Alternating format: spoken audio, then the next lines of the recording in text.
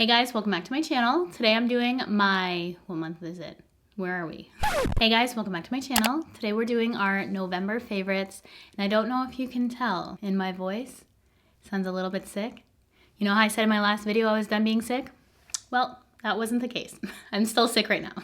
So I hope you guys are all in good health and not like me. I always have this November cold that somehow takes over, and I feel even worse now than I did before, even though I sounded worse before, but I will get better, trust me. When kids are coughing in my eyes though, it's hard to do. It wasn't a huge makeup month for me for new products. I loved everything I got in my haul, but I haven't used everything enough to put in a favorites, but there were a few things that I did get in that haul that I for sure absolutely 100% love and stand by, that I've been using all the time, and I'm gonna cough, and love so much. Painting my face and wore some bright colors to make myself feel super cheery, and I think it did the trick. The first product I'm going to talk about is from Juice Beauty, and I used this in my testing new viral makeup video, and not many people have heard about this, but the products I used in that video were super hyped up. I wanted to show this in a tutorial in action because it is so beautiful as a primer, and since my skin gets super dehydrated in the winter, I feel like this is the only thing that truly maintains my hydration. I would honestly just wear this on its own. It really helps hydrate my skin and give it a good glow. You only need a couple drops and you're good to go, so I've only used down to there so far, but I've been using this every time I apply my makeup. It's the Juice Beauty Stem Cellular Vinifera Replenishing Oil, and it's a dual phase product you gotta shake up before you use, and it truly gives a beautiful glow and finish to your skin and works fantastically as a primer and really makes your foundation look so much better. Even for matte foundations, which are typically super hard for me to use in the winter, this will allow them to go over my skin much better. So I can utilize all my foundations regardless of finish using this oil, and it's just really helped me out. So I highly recommend this. It is quite pricey at $94, but for me, it just truly makes such a big difference with my skin. So I would recommend going into Sephora if you can, get a sample. I tried finding this on the US Sephora, but they only have it on the Canadian one. I'm sorry if you can't get your hands on this, but I had to mention it because it's been my #1 product this month. And then I've been loving this lip color. It's from Patrick Ta. Come on, boys, you can do it. So this is from Patrick Ta, and it is the Monochrome Moment Silky Lip Creme in She's Unapologetic. And every time I've been putting on my makeup, I've been wearing this as a daily makeup wear for dramatic makeup and a perfect nude lip. I love this. It's super light. I do need to manipulate the color when I do have a good tan going on, just because it can give you that kind of concealer lip, too light looking vibe if you are of a medium, deeper skin tone. I do need to use a lip pencil with this that's darker just to deepen up the edges a lot of the time, but otherwise, perfect lip color. I love lip colors like this, which I can manipulate with a lip pencil because I get a ton of use out of them that way, because I can wear it when I'm fair or when I have a tan going on. So it's a perfect color for me. It gets so much use. Love the smell, love the formula. I wish they had more colors in this. The other colors don't appeal to me so much. They're too warm, and this one's just the perfect color for me. So highly recommend checking that out. It's a beautiful formula, super comfortable on the lips, very opaque, smells incredible. You guys are gonna love it. I seriously love that formula. And then I recently got a package from Tower 28 Beauty in PR, and I had this on my Sephora wish list and recommendations video when I wanted to pick this up during the sale. And if you guys watched that video, my sale video, and noticed that I didn't pick it up, even though I wanted it so bad, it's because they did say they were gonna send it to me in PR, so I was so happy about that. And I used this in my testing new products video as well, and it's such a beautiful color. You gotta see it in that video though, because it truly is the perfect flush for me. The exact name is the Beach Please Luminous Tinted Balm. I know it's the Lip and Cheek Balm on the Sephora website, and this is in Happy Hour. It's a beautiful coral pink shade. It's so pretty. You can use this on your cheeks, your lips. I personally love this on my cheeks, even though it's pretty color on the lips too, but this color for me on the cheeks is my definition of a perfect flush for me. I love this so much. The formula is fantastic as well. This is probably yeah, I'm gonna say it. It's the best cream blush formula I've ever tried. That's how much I love this formula. It works into my skin so perfectly. And for the winter cooler months, I just love cream products. And this one has definitely been working out so well for me and just making my skin nice and hydrated, beautiful flush without looking dry or crusty, because sometimes powders can look a little bit cakey on me in the winter time, so I like to opt for a cream. That being said, I still use powders and can get away with it when my skin is behaving. And this is an affordable blush palette from Catrice, and it's in collaboration with Iman, and I think she is so stunning. I love her makeup style, and I'm so happy that she came out with a collaboration with Catrice, and they're super affordable. So this is the blush palette, and I love every single shade. I mostly use these matte ones, and I mixed these two today for my blush. And I've just been getting a ton of use out of this too. It's super pigmented, which for blush, I do prefer something more buildable. This, you gotta be careful with, which is good because it's gonna last you forever, but just a light dab will do ya. You get perfect amount of pigmentation on your cheeks. Really easy to blend out, and I just think it's a beautiful, affordable formula. It rivals high-end makeup to me. I would not have been able to tell this is from Catrice, which is super affordable, just because the formula is so good and the colors are perfect for me. So love this blush palette. Another affordable product, and it is from CoverGirl, is the Exhibitionist Uncensored mascara. I know they had the Exhibitionist mascara previous, and I really like that. And this is the uncensored version, which I tried to find online, and honestly, I cannot find this anywhere. I did get this in PR, and I have no idea why I can't find it online.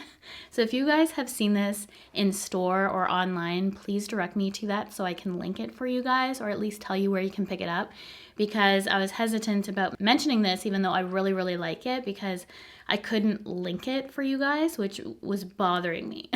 So I'm just gonna mention it here briefly. I do really like this, so if you see it in store, definitely give it a chance. But it is the uncensored version, not the original Exhibitionist version. It is a traditional type of brush. It's not one of those plasticky ones, which I don't tend to care for. This gives you a ton of volume and length, mostly volume, which I love, and it doesn't clump, smudge, flake, smear, any of those bad things. It wears really well, so I would definitely recommend checking it out if you love the L'Oreal Lash Paradise mascara or any of those type of mascaras. Too Faced, Better Than Sex. I think you'd really like this mascara. Two palettes, and I don't think this will come as a surprise to you guys, but the first one, which one I'm going to mention first? Let's just mention this one because it's on top. The first one I want to mention is the Huda Beauty Mercury Retrograde palette. This is so stunning. This is my colorful, fun, I feel feisty, I guess. I don't know. This is just my fun, colorful palette that I really like to use. So I've been playing with this a ton, dipping into all the colors and just coming up with such beautiful, bright, but wearable makeup looks with this. I just love the tones in here, the pastels, and just how they blend, the different textures. I just think it's a stunning palette, and my favorite by far from Huda Beauty that she's come out with so far. I love it so much. And then this will come as no surprise to you guys if you saw my Tati Beauty review, but her Textured Neutrals Volume 1 palette, I've been going ham on this. I've been creating so many different looks. I created 6 for the video, so using all the color stories. If you guys didn't see that, I thought it was super helpful. The look I have on today is using this palette, and I've just been dipping into all the colors, playing around with this, and just having so much fun. It's the perfect everyday palette, but you can spice it up with glitters. This screams me. This is something that I would use all the time. So as soon as I saw promos for this palette, I knew I wanted to pick it up. Quality is amazing. It just feels like such a luxurious, perfect palette. I love it. It's perfect. I cannot wait for her to come out with more volumes. I'm gonna for sure be collecting these, because wouldn't that look so cool if you stack all these palettes, books, lined up? I just love it. Love it so much. If you haven't seen my Tati Beauty review, I'll link it in this video for you guys to go check out. It's very in depth in that, so if you were ever curious about that palette, want to see swatches, looks, all that in there, I will link you to that because you'll get it all there. Now on to random and book favorites. Random favorite for me, I gotta show you. First off, it started with Disney Plus, which I got because I love Disney. Like, who doesn't? Thumbs up if you got Disney Plus. That was the best day ever. I was so sick that day and it launched, and that's what I was watching while I was trying to get better, which didn't apparently happen. I wanted to mention this because if you were like me and got Disney Plus, my TVs are old. Well, the one isn't. It's a Vizio, and they can't update to Disney Plus as of yet for the TV that I have.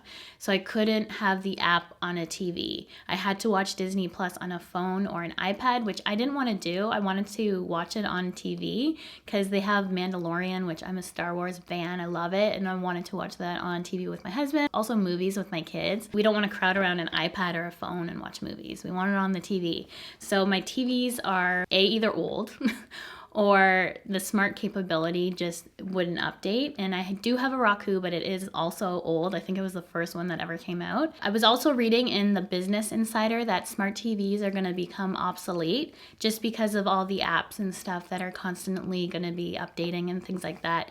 And you're going to want to buy a Roku, not the old one, Roku, a Amazon Fire Stick, Apple TV, that sort of thing to just plug into your TV as opposed to having a smart TV. I decided to go with the Fire TV stick from Amazon because I think it was the cheapest option and Prime, so I got it right away.